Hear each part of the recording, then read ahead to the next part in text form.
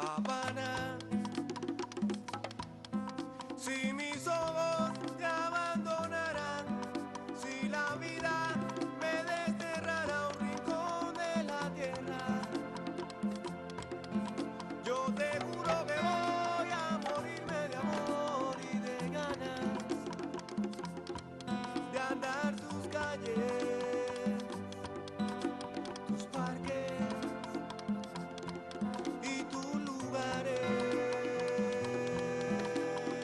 virgen del camino, nuevo vedado residencial, lugares vecinos, faro del Morro y la catedral, barrios pequeños llenos de tradiciones y emociones, sábanas blancas colgadas en los balcones, sábanas blancas colgadas en los balcones,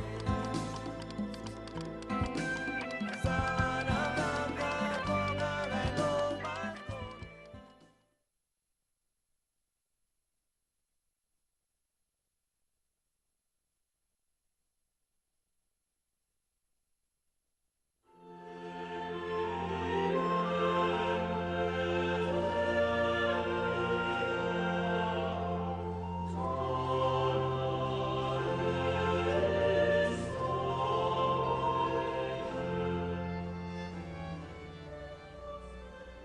Quisiera agradecer esta mañana al conde Modesto Vecchia y a la Fundación Antropos, también a la ciudad de Florencia, por su notable contribución a que esta muestra pueda, con carácter permanente, estar en La Habana.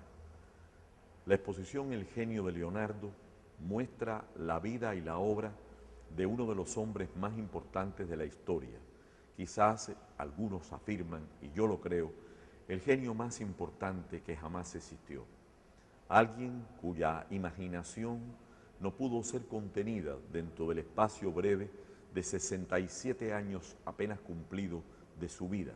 Nació en Vinci, cerca de Florencia, en el año 1452 y murió en Amboise, en Francia, bajo la protección del rey francés Francisco I en 1519, el mismo año en que se funda la ciudad de La Habana. Leonardo nació en el pequeño pueblo de Vinci, de donde su familia tomó el apellido. El pueblo Vinci queda no muy lejos de Florencia, perteneciente a la región de la Toscana, en Italia. Fue el hijo de un conocido notario del lugar y una joven campesina. La familia da Vinci no permitió el matrimonio y Leonardo fue criado como hijo bastardo. A Leonardo accedemos a través de sus maravillosos diseños, más de 13.000 documentos conservados en hojas de papel preparadas expresamente para ser luego encuadernadas, y por los cuadernos ya conservados que en distintas bibliotecas del mundo, tanto en Francia como en España, particularmente en el Vaticano y muy recientemente como resultado de una subasta multimillonaria a escala mundial, han permitido observar la obra de Leonardo como dibujante, como el más imaginativo de todos los hombres del Renacimiento. Durante su vida, Leonardo no publicó ningún libro, pero su carácter de creador multifacético quedó recogido en miles de páginas que, encuadernadas, produjeron 120 volúmenes, de los cuales hoy se conservan solo unos 50. Son notas de los más diversos temas: arte, matemáticas, anatomía, casi siempre fragmentadas y dispersas, como si fueran solo para su consumo de investigador, que se conocen como los Códices de Leonardo. Pero este periodo interesantísimo de la historia nos colma de admiración al situarnos frente a la figura que él mismo describe en su espléndido autorretrato, cuando ya anciano, para esa altura de la historia, había logrado gran parte de su obra, que sigue siendo aún una incógnita, un experimentador continuo. Muchas de ellas, sobre todo las de pintura, se perdieron por su necesidad y urgencia intelectual de experimentar con soportes, pinturas, barnices, etc. Todo ello fue además el resultado de sus estudios juveniles cuando apenas era un adolescente en el gabinete de Andrea Verrocchio, uno de los grandes escultores y magníficos ingenios renacentistas. Andrea di Siene, conocido como Andrea de Verrocchio, fue el autor de la célebre escultura del Condottiero Colleone, que se encuentra en Venecia, o el David, que se encuentra en el Palacio de los Medici en Florencia. Escultor, pintor y orfebre, poseía uno de los más famosos talleres de Florencia. Allí se formó Leonardo. El maestro tomó a su genial discípulo como a un hijo, y en algunas de las obras de Verrocchio se encuentran evidencias de la colaboración de Leonardo. Florencia en esa época, gobernada por los Medici, era una potencia intelectual y militar. Era además, comparada con las repúblicas marineras de Italia, Venecia, Amalfi, Génova y Pisa, un foco de intelecto y de desarrollo cosmopolita. Leonardo nació con décadas de diferencia de Rafael y de Miguel Ángel. Los precedió en el tiempo.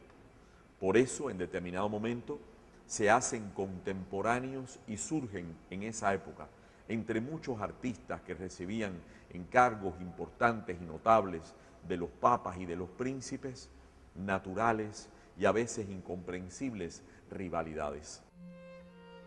En un momento de sus vidas, estos tres artistas portentosos coincidieron en Florencia. Miguel Ángel Buonarroti, que inmortalizó la Capilla Sixtina con sus frescos, que había nacido 23 años después de Leonardo. Rafael Sanzio, conocido como Rafael, tenía 31 años menos que Leonardo. Tres maestros insuperables que surgieron en ese gran momento del arte que fue el Renacimiento. Dos obras fundamentales de la obra pictórica de Leonardo prevalecen para asombro del mundo. En Santa María de la Gracia, en el corazón de Milán, el monasterio de los dominicos, la Última Cena, pintada sobre un muro, que Napoleón quiso llevar con él a París, desmontándola de esa muratura. También es la obra más celebrada, más enigmática, más hermosa, la Mona Lisa, conservada en el Museo del Louvre, y que como todas sus pertenencias personales, el artista dejó a uno de sus más próximos colaboradores, a un discípulo amado al cual le entrega el legado que finalmente quedará en Francia. Muchos afirman que La Última Cena y Mona Lisa son las dos pinturas más famosas de la historia de la humanidad. 500 años después de creado, Mona Lisa continúa desafiándonos con el enigma de su sonrisa, el leve centelleo de sus ojos y el mundo interior que apenas sugiere. En realidad fue poco constante Leonardo en algunas de estas cuestiones.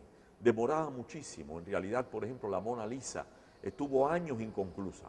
La miraba, la volvía a contemplar, le volvía a agregar barnices o pátinas o veladuras, y de esa manera la obra ha llegado hasta nosotros. Leonardo fue un anatomista. Vamos a recorrer en esta muestra, dotada de toda la información posible para los visitantes, los diseños del cuerpo humano, las disensiones realizadas del cuerpo, y vamos a ver también cómo va a trabajar con pájaros, animales y otras criaturas para lograr sus profundos conocimientos. Fue, por tanto, un anticipado maestro de las artes de la medicina y de la cirugía. Fue también un diseñador de armas de combate. A lo largo de la muestra observaremos, tomada de sus dibujos, las maquetas hechas a perfecta escala, tal y como se conservan hoy, como regalo de Florencia o de la Fundación Antropos en Milán y otros museos del mundo. Y es que este Leonardo que vamos a conocer hoy a través de la muestra se nos va a revelar en toda la intensidad de su carácter y de su fuerza, cuando realiza obras ingenieriles para desviar el curso de un río, por ejemplo, el Arno, cuando crea condiciones para inundar el hinterland de Venecia y defenderla ante un ataque probable de los turcos, cuando logra admirablemente construir armas de fuego múltiple o un ingenio volador o el anticipo de una bicicleta o un helicóptero o simple y llanamente como se le representa en el aeropuerto de Roma que lleva su nombre, llevando en la mano una de sus obras más hermosas, un tornillo infinito con el cual podía garantizar el vuelo de una criatura en sentido perpendicular. Leonardo llegó a Venecia en 1500, poco después de que la flota veneciana hubiese sido derrotada por los turcos. Ofreció a los gobernantes de la ciudad sus servicios como ingeniero militar. Así surgió el proyecto de lo que resulta un anticipo del submarino, creado 4 siglos después, o el traje de buzo con su escafandra. Pero como sucedió con la casi totalidad de sus proyectos, tampoco estos se llevaron a la práctica. Hay quienes dicen que muchos de estos inventos e ingenios fueron el resumen de conocimientos anteriores y que algo así como la bicicleta había sido ya imaginada por otros autores. Pero lo cierto es que por vez primera en la historia se consagraron en estos diseños y gracias a estos diseños hemos podido avanzar en el conocimiento de un tiempo indescriptible. Observemos sobre el techo de la sala estos equipamientos preparados y diseñados por él con maderas frágiles para poderse lanzar desde el borde de una montaña, tal y como lo harían hoy los que realizan este tipo de deportes. O quizás este otro. Algunos han dicho que si se pusiese en funcionamiento, la obra y Leonardo caerían inmediatamente. Pero lo más importante es la potencialidad de la invención. Quiere decir, la esencia de la invención. Simplemente ahí está.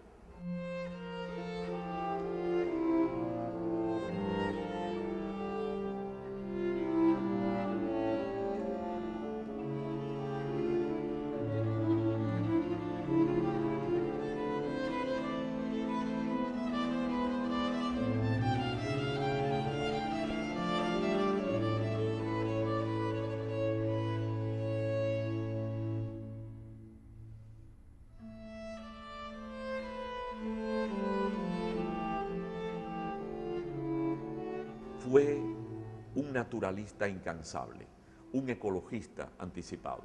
Se dice que compraba pájaros en los mercados para luego liberarlos. Le encantaba la contemplación del mundo. Fue un autodidacta.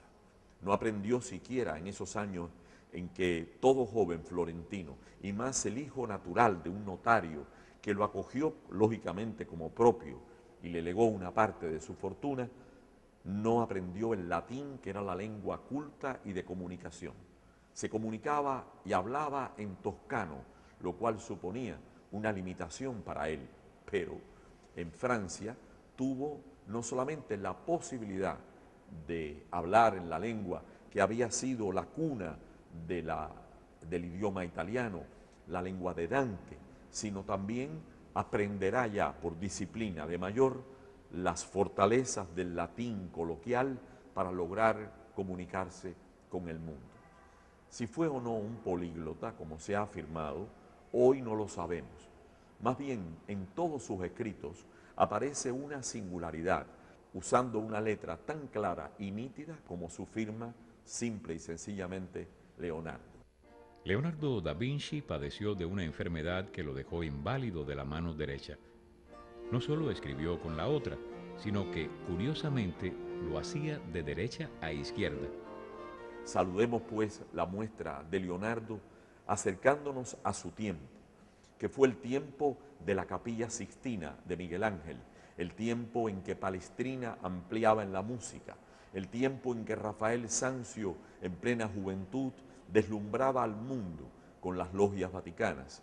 Acerquémonos al autor de la Virgen de la Roca o de la Virgen del Clavel, una de sus obras pictóricas más celebradas, o su retrato realizado para Beatriz de Este, que junto a Ludovico Moro está sepultada cerca de Milán en un bello monasterio, convirtiéndose en el monumento más hermoso que pueda comprobarse de un periodo histórico en el cual la familia Sforza, que gobernaba precisamente la ciudad de Milán en ese tiempo, le encarga construir el fantástico techo de su castillo. Visitemos hoy a Leonardo, maravillados con su obra, y que este tiempo, en esta ardiente primavera de La Habana, nos sea útil para conocer a uno de los hombres más importantes de la historia. Vuelven los martillos neumáticos sobre la ciudad. Un cigarrillo encendido dibuja la silueta de un hombre que el destino volverá a metal. Es hombre, sueño, viejo niño, La Habana es su carrusel, en donde giran los misterios de una ciudad que desnuda el esqueleto cada amanecer. Y sueña campanas, portales con alas, y alza los brazos divinos al sol que saca la luz, viejas cicatrices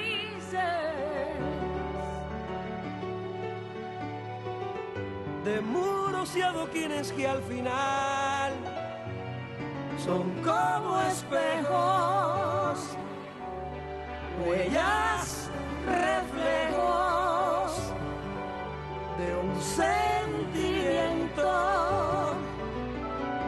leal del tiempo.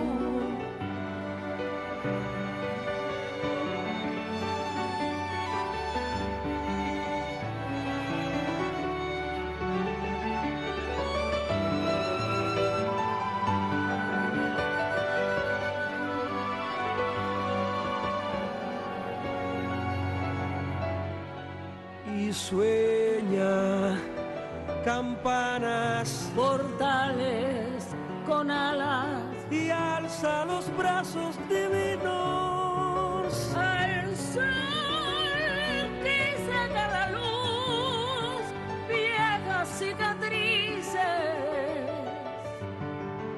de muros y adoquines que al final son como espejos, huellas, reflejos de un sentimiento